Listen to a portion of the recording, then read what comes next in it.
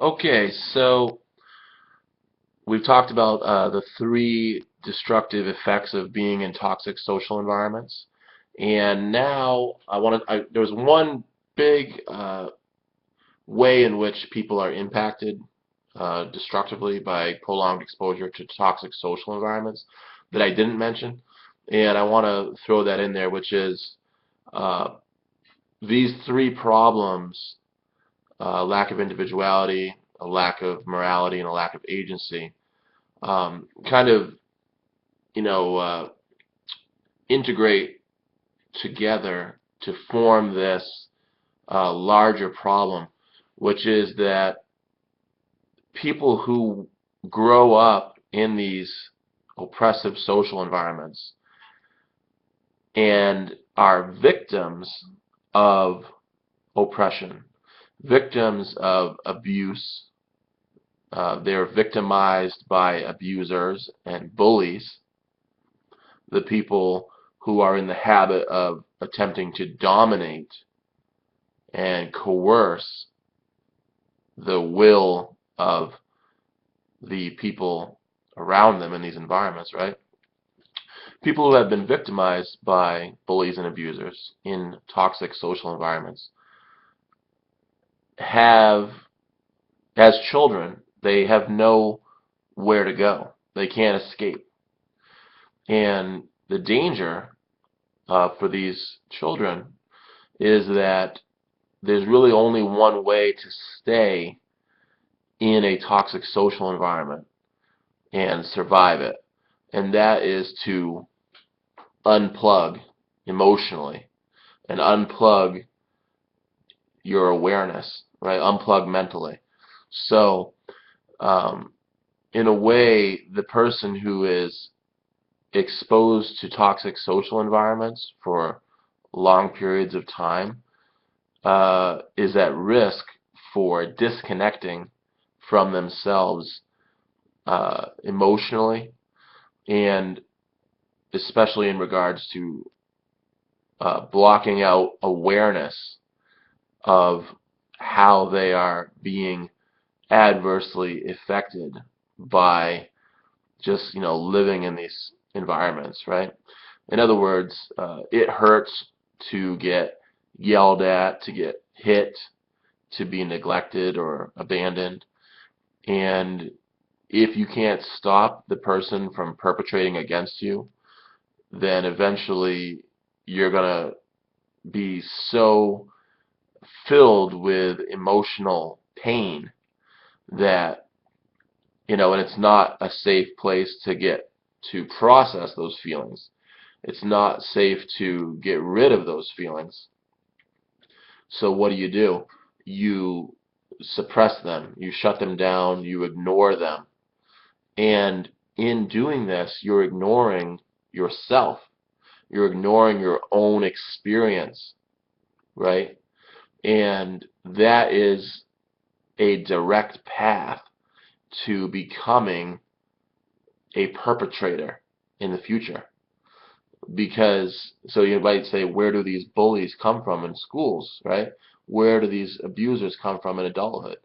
Well, they come from this moment of disconnection from themselves when they choose to see themselves as an object, as something that is a threat to them, something that ought to be controlled, right? Something that ought to be directed and manipulated, but certainly not related with.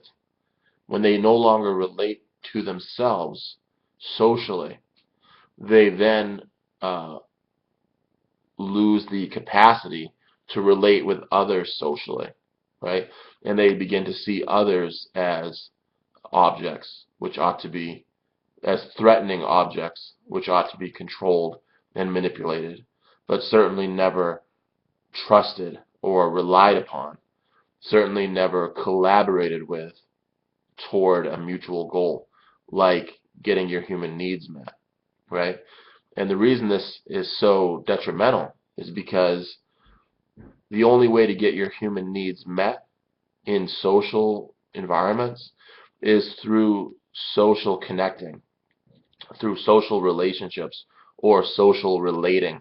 In other words, you have to be able to be capable of reaching out socially and emotionally, being open to risk in order to access that nutrient-rich content, which is made available when people behave in ways that facilitate need satisfaction.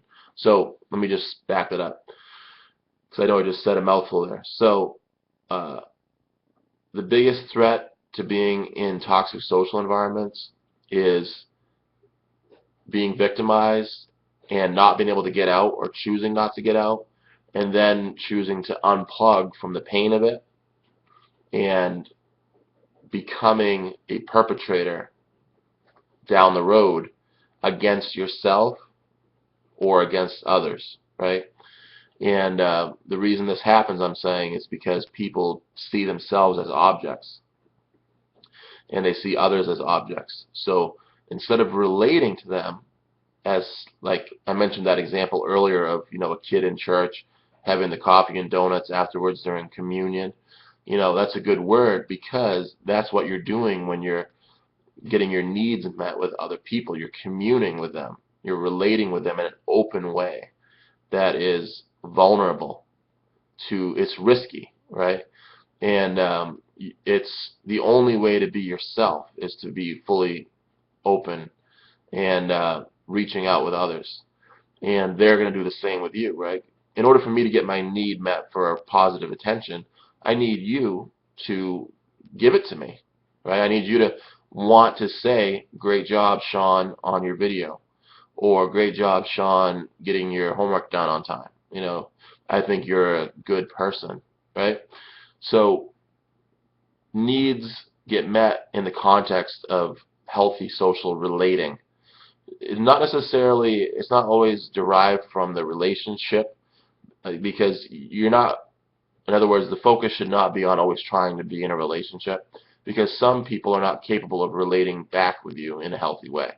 So you want to maintain your own capacity to have social connecting with others when healthy others are present and interested in connecting with you socially. And you can tell that, by getting to know body language and communication and eye contact, that kind of thing.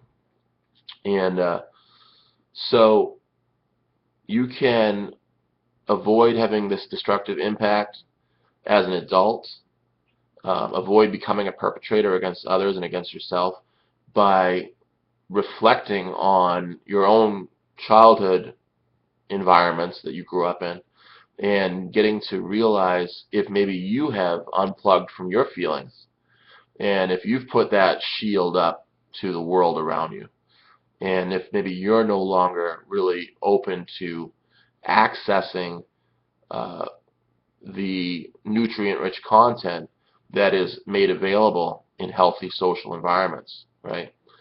So if you can learn how to take that wall down when you're in a healthy environment, when you're in a healthy place around healthy people, around people who support your efforts to get your human needs met, well, then you can reach out through healthy pro-social relating, and you can access that nutrient-rich content that is made available when people engage in pro-social virtuous behavior, right?